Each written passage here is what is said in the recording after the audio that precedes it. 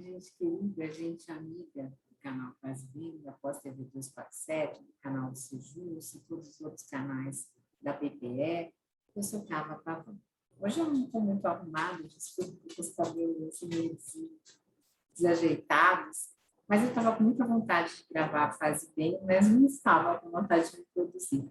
Eu acho que eu estou passando por um processo pessoal bastante difícil, que é uma separação conjugal, onde ainda existe amor, mas não existe a condição de uma das partes aderir a um tratamento de saúde mental. Então, é uma situação de um luto importante que tem que ser vivido. E, por conta disso, talvez eu não estivesse com vontade de me arrumar, de arrumar o cabelo e tudo mais. Então, vocês desculpem, assim, a aparência meio formal, mas sei que a comunidade me acolhe, me ajuda. Eu estou aqui com, talvez, gravar o Paz e Bem me ajude na condução dessa experiência dolorosa. Eu digo sempre que, desde que começou a pandemia, assim como acredito que muitas outras pessoas no país, eu não saí do luto, né? Eu perdi apenas uma pessoa próxima, e, diante de muitas famílias que perderam várias pessoas. Isso não é um número alto, né? Considerando o número de desencarnados, de óbitos no Brasil, e eu perdi a tia Catarina, mas no meu núcleo familiar mais próximo, até os menores já estão vacinados, mas eu tenho tido outras perdas que são lutos bastante importantes profissionais, de amizade de infância, como a Patrícia,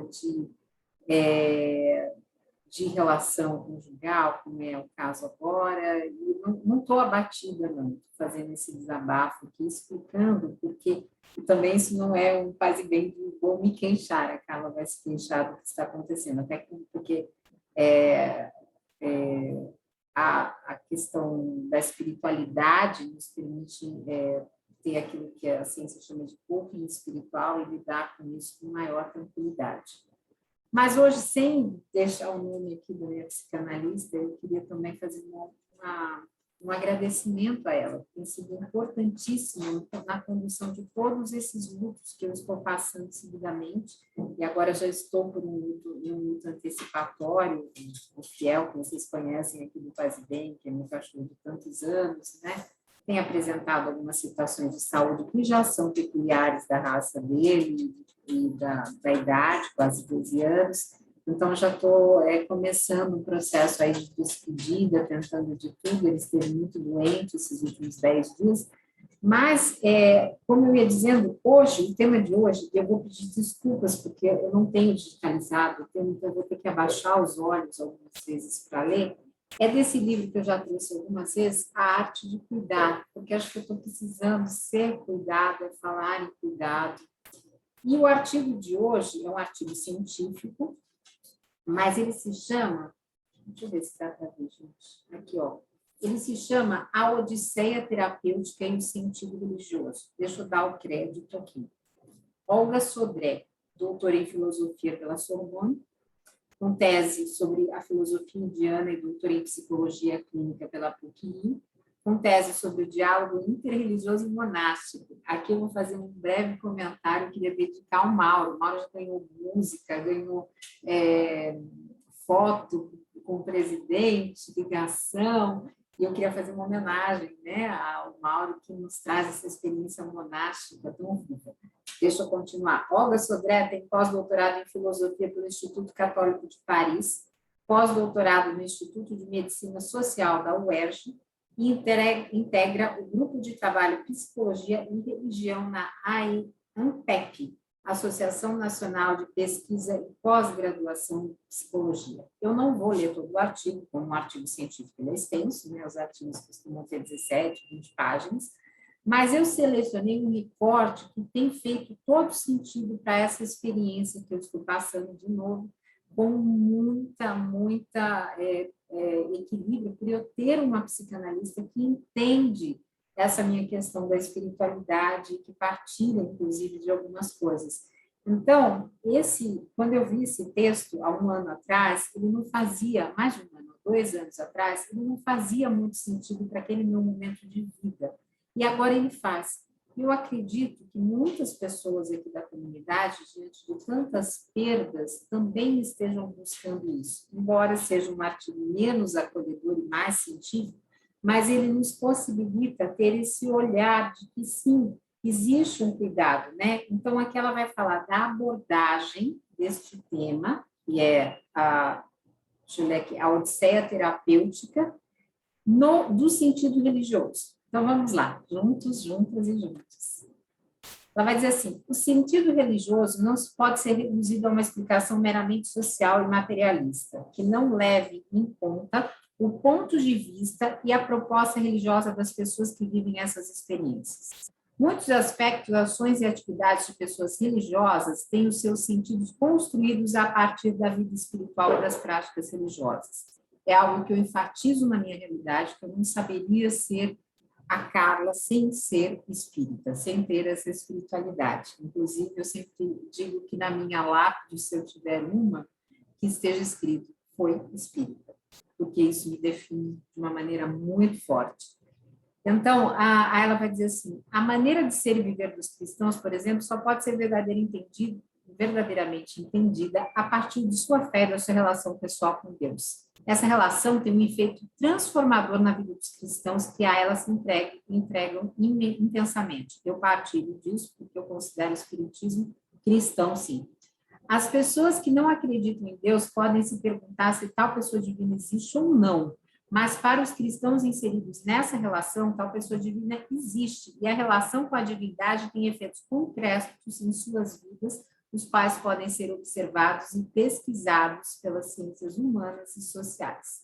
Então, dentre as motivações religiosas que podem se tornar grandes propulsores de ações e transformações pessoais e sociais. Então, quando nós aprofundamos essa experiência religiosa, a gente passa por um processo de desenvolvimento espiritual, que é isso que a autora diz aqui, que eu acredito piamente, e que esse conceito tem que ser estudado pela psicologia sem preconceitos antirreligiosos. Até eu tenho um sonho de um dia, se eu puder, eu quero fazer um mestrado, eu não sei qual é a qualificação necessária, mas talvez eu estudasse psicologia da religião, que é algo que realmente me move. E aí ela vai dizer assim, que o conhecimento dos sentidos e dos significados religiosos vem sendo aprofundado pela filosofia e pela psicologia da religião, através da pesquisa, das experiências nas quais são elaborados e transmitidos, e que tem levado a estudos de condições histórico-culturais dessas elaborações e transmissões. Então, a importância desse conhecimento pode ser ilustrada através do exemplo do conhecimento de um país estrangeiro. O conhecimento desse país, pela leitura, não se compara pela convivência, por passar no mergulho da história, da cultura local. Então, ela vai citar aqui Paul Ricoeur, não sei como é que fala, não falo francês, gente, desculpa. E ele vai dizer que a experiência depende da linguagem e do acesso à significação, à história e à cultura de um grupo, de uma comunidade ou de um povo. Então, essa experiência, seja ela terapêutica ou religiosa, tem uma dimensão pessoal e social. E é isso que eu sinto justamente na minha psicanálise, na terapia que eu faço, né? Que o fato da pessoa que está lá, da profissional que está lá, entender a minha espiritualidade e essa visão de mundo que eu tenho, seja ela subjetiva ou não, ela faz toda a diferença no desenvolvimento do meu processo emocional. Então, aqui é um depoimento que eu estou dando, mas que está dentro de um artigo científico mostrando isso de alguma forma. Então, ela vai dizer assim,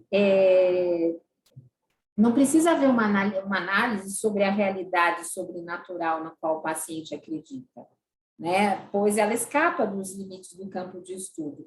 Mas quem está envolvido nessa terapêutica pode entender o sentido dessa experiência religiosa e o que ela representa, o que ela significa para o paciente. Foi exatamente o que eu disse que eu sinto quando eu estou nisso. Então, ela vai, a exemplo de um pesquisador, de um cientista chamado Vergotti, que está no livro dele, lançado em 2001, ela vai dizer assim, situa a religião entre as atividades de busca e elaboração do sentido e da relação consigo mesmo, com o outro e com o significado mais profundo ou último da existência. Então, enquanto psicóloga, eu procuro abordar a religião estudando essa busca de sentido nos testemunhos religiosos, nas narrações e na linguagem religiosa e cultural, que é aquilo que eu disse. Eu não existiria, embora o espiritismo não se considere uma religião, mas uma filosofia de aspectos religiosos, eu considero que a minha vivência, a minha vida, a minha existência fora dele, não tem como separar. Então, aí a importância de profissionais que entendam sobre isso. E ela vai dizer o seguinte aqui: a importância do conceito da experiência está relacionada ao tipo de acesso à subjetividade e à consciência de si que possibilita. É preciso não confundir a experiência religiosa ou terapêutica com um processo meramente afetivo ou subjetivo. A validação filosófica da experiência exige que seu conteúdo e seus sentidos sejam integrados numa visão de conjunto. É fundamental que o enfoque da experiência terapêutica ou religiosa seja explicitada para evitar certas deformações do termo. Então, ela vai dizer assim, que surge dessa forma uma necessária preocupação dos pesquisadores da questão para que a experiência seja captada e explicitada na sua inteireza. Então, o psicólogo não pode se deter só no que a pessoa diz perceber o sentido, mas tem que olhar os lados subjetivos e as vivências pessoais com outros elementos da história de vida, da história religiosa, cultural e social. Então, antes disso, claro que eu tive outras experiências psicanalíticas e psicológicas, né? Eu fiz terapia de grande parte da minha vida, mas e foram grandes profissionais, sem nenhum demérito, alguns me ajudaram muitíssimo, mas sempre ficava entre mim e eles uma lacuna, que era esta lacuna quando eu começava a me referir sobre a minha espiritualidade, como ela impactava as minhas decisões, as minhas questões éticas, né? Porque tem um valor ético que Kardec trouxe dentro do espiritismo, que é muito importante para quando você vai tomar qualquer ação, até mesmo numa separação, né? Por exemplo, o advogado que nos acompanhou durante a dissolução da união estável e o tabelião nunca viram se eles estavam, embora o tabelião fosse um grande amigo de muitos anos meu, eles ficaram muito perplexos, porque foi com muito respeito, humanidade, com afeto que tudo isso se fez, e disse comentário, inclusive, que eles estão acostumados a ver brigas e confusões enormes. Então, o que é isso? Né? Isso é uma espiritualidade que se faz presente, né? É uma questão bastante importante. Então, ela vai dizer assim: através das minhas pesquisas sobre a experiência terapêutica e a experiência religiosa, venho aprofundando a noção da experiência partilhada. Olha que bonito isso, porque aqui na comunidade nós partilhamos muito, né? Então, veja isso. Cuja constituição pode ser também acompanhada em outros processos de criação de um espaço de comunicação e intercâmbio intersubjetivo. É o que nós fazemos aqui no canal Paz e Bem. Essa experiência de espiritualidade plural, ela é partilhada entre nós, entre a comunidade, tanto é que quando alguém tem um problema, seja eu, seja o Mauro, a comunidade imediatamente se coloca em oração, em axé, em pedidos de boas coisas, para quem não é de reza, em vibrações, que é essa experiência que ela está dizendo aqui, que acaba sendo um intercâmbio entre nós. Então, ela vai falar assim: o espaço da experiência partilhada é fundamental para se entender os diferentes sentidos do outro, em particular os diferentes sentidos religiosos, que é essa pluralidade que nós temos aqui, que tanto nos acolhe. Esse espaço pode atingir diferentes níveis de profundidade, de intimidade, de aproximação e troca com o outro, mas só se consolida com o estabelecimento de uma base comum para se compartilhar os diferentes sentidos e pontos de vista. E aqui eu queria fazer um agradecimento à querida amiga moderadora Josi. Teve uma época que eu estava muito, esse foi um processo longo, claro, a decisão de uma despedida, de um fim, não é feita de um dia para o outro, foi um processo longo. E uma vez a Josi Negreiros, que é a nossa querida moderadora, que também está conosco no Sejus, ela percebeu isso. E ela me mandou uma mensagem, ela percebeu pelo meu vídeo, que eu estava muito triste, E ela me mandou uma mensagem no particular, e nós conversamos bastante, mas foi essa experiência partilhada que tem um efeito psicológico que a gente guarda para sempre. Isso já faz, acho que uns 8 meses, mas a gente guarda essa receptividade, essa sororidade, essa amizade que vem de vocês. Muitos dos comentários que vocês deixam nos vídeos me marcam profundamente quando eu leio. A gente coloca só um coraçãozinho, um like, mas modifica a nossa percepção de realidade diante dos problemas que nós enfrentamos. Né? Então, é muito bonito isso. Então, ela vai falar o seguinte aqui, ela vai falar dos monges, deixa eu chegar aqui nos monges. Ela vai falar assim, as práticas, estudando e praticando essa forma de experiência e conhecimento com monges de diferentes tradições religiosas, descobri sua relação com uma forma de atenção global e plena que produz uma abertura ainda maior da consciência e permite aprofundar ainda mais a experiência. As práticas monásticas, querido Mauro Lopes, têm esse efeito, pois ajudam a canalizar e integrar os diferentes níveis de consciência, levando a superar diferentes tipos de divisão. Então, ela vai falar assim, a atenção focal que é utilizada no modo racional de funcionamento da consciência tem várias utilidades, mas o seu direcionamento com foco acaba restringindo a abertura da consciência. Essa abertura é também diminuída pela divisão da consciência do espaço intersubjetivo, pelo predomínio da atividade meramente intelectual e pela separação dos diferentes níveis de consciência. Isso me lembra muito de Arishin, que sempre vem falando de atenção, tempo presente, vamos meditar, quando nós meditarmos, vamos respirar, e essa respiração me lembra o Gayatri, que aí já traz a Fernanda na psicologia corporal. Então, vejam a riqueza dessa construção que a gente faz aqui no canal Paz e Bem. Então, ela fala assim, este processo leva à dispersão e dificulta a apreensão do sentido mais global da consciência da experiência.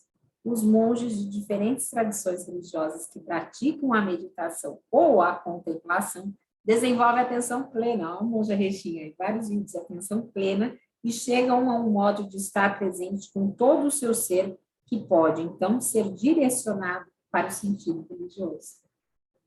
E, curiosamente, eu aprendi um pouquinho de meditação aqui com a monja Rechin e tenho feito diariamente. Ela vai falar assim, nem todos os monges atingem um aperfeiçoamento nessa prática, mas é uma proposta constante na própria organização da vida monástica diária que procura desligar a mente desse burburinho constante. O Mauro disse que acordava 4 horas da manhã para fazer todas as orações, para meditar, né? Ele conta isso para a gente. E aí ele vai falar, voltando para Deus. Na verdade, a mente que se acalma e se esvazia pode melhor se ligar à atividade presente, ampliando sua capacidade de escuta, o acesso ao espaço intersubjetivo e ao sentido religioso. A semelhança da comunicação telefônica sem fio, podem as pessoas, sobretudo, ampliarem a sua abertura de consciência, chegar a outros níveis e tipos de consciência e comunicação entre si. Aqui vou fazer uma análise minha.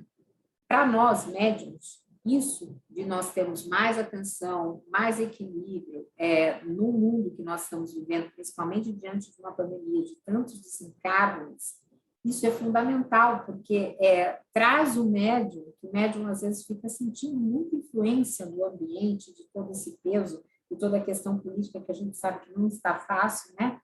Então, e todo esse nazismo que está permeando aí a nossa atmosfera, então, o médium, e por isso, inclusive, que eu comecei a fazer uma prática diária bem curta, mas de meditação no tempo que eu tenho, ele passa a ter essa mediunidade muito mais equilibrada e focada naquilo que precisa desenvolver, que é possível equilibrar e ajudar o outro, muitas vezes, também a se equilibrar. Então, é fundamental esse olhar da psicologia. E ela vai dizer o seguinte, o trabalho clínico mostrou que tais tipos de atenção de comunicação intersubjetiva permite, inclusive, ter um outro acesso aos diferentes registros, memórias e sonhos, descortinando uma outra forma de abordagem do imaginário simbólico. Aquela está falando tecnicamente o que eu disse para vocês que eu sinto como médium. Então, é bom porque ela tem o conhecimento científico e eu tenho o conhecimento humano de como eu estou funcionando dentro desse artigo dela. Espero que vocês gostem. Ela vai dizer o seguinte: a comunicação e a experiência partilhada entre monges que praticam essa forma de estar presente com todo o seu ser é evidentemente muito mais ampla e profunda do que a relação e a experiência das pessoas parcialmente presentes e atentas, que não constrói espaço de experiências partilhadas. Então, realmente, o Paz e Bem foi um divisor na minha vida. Porque a partir do momento, e olha que lá atrás eu comecei muito aflita, porque eu não sabia, quando aceitei o convite mal, eu não sabia nem o que eu ia fazer. Então, quando eu passei a partilhar essa experiência de espiritualidade aqui com todo mundo, com a Adriana de Nanã, o Pedro Lima Vasconcelos, o Faustino, enfim, com todo mundo, né? Dora, o pessoal do Sejus, que está aqui, o próprio Felipe, o Carlos Ufan, partilhar essa experiência, né, fez com que eu também transcendesse ainda mais. Então, eu estou contando na primeira pessoa, gente, desculpe, não é para ser uma experiência narcísica, não, é só para poder dar um olhar prático dentro de um artigo científico que eu apreciei, tá bom? Para dar uma humanidade a ele. Se vocês não gostarem, podem comentar também. Então, ela vai dizer o seguinte: o conhecimento dessas práticas monásticas me levou a ter uma nova perspectiva sobre as potencialidades humanas, uma visão do ser humano como capaz de abrir-se profundamente ao outro, transformar-se e transcender-se. Aqui.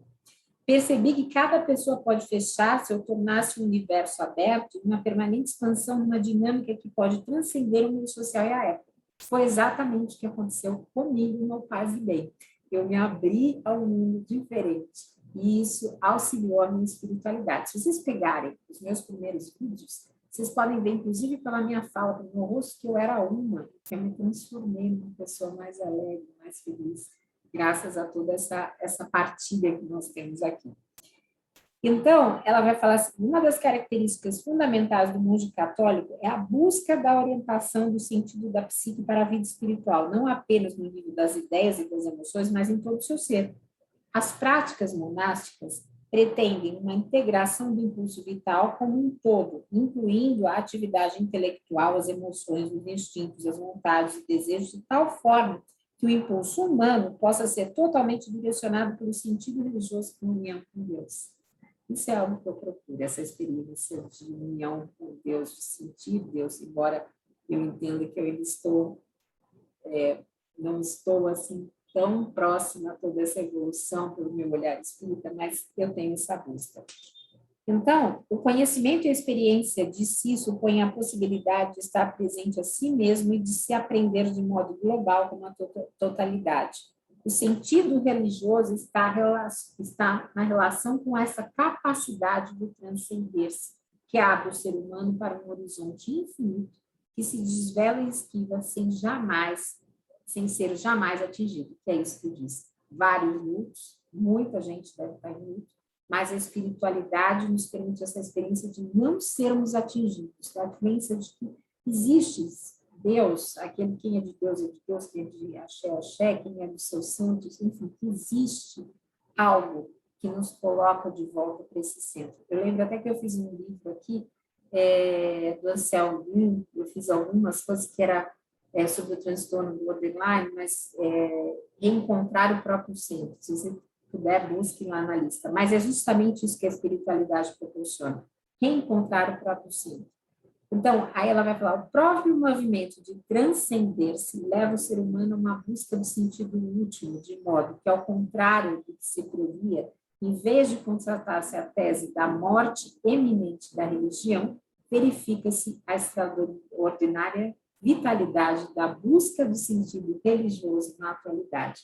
E aqui nós não estamos falando exatamente de religião, mas estamos falando de espiritualidade, dessa espiritualidade plural, que apesar de tudo nos faz sorrir, nos faz ter vontade, mesmo descabelada, gente, de gravar Paz e Bem. Um beijo grande para vocês. Tem Caminhos do Espiritismo, nós estamos estudando a Revista Espírita de Allan Kardec, que é um material que é pouquíssimo estudado. Então, nos deem aquela força, aquele like, compartilhem nas suas redes sociais. Eu queria mandar um beijo, eu não vou lembrar o nome dela, mas tem uma pessoa que ela compartilha e me marca desde o começo do Paz e Bem no Facebook.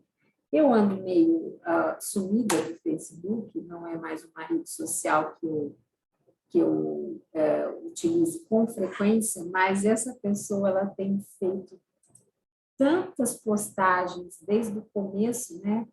Nós já estamos aqui há quase 3 anos, que eu queria, é que eu tenho a maioria, eu tenho fotos com a Dora, que aliás a Dora me fez um almoço lindo de aniversário, um beijo, Dora, encontro, enquanto estou procurando o nome dela, porque toda vez ela partilha. Rosiane Araújo Lula da Silva. Beijo grande, Rosiane, muito obrigada a cada um de vocês, todos, todas e todos, um beijo grande, gente, faz e bem.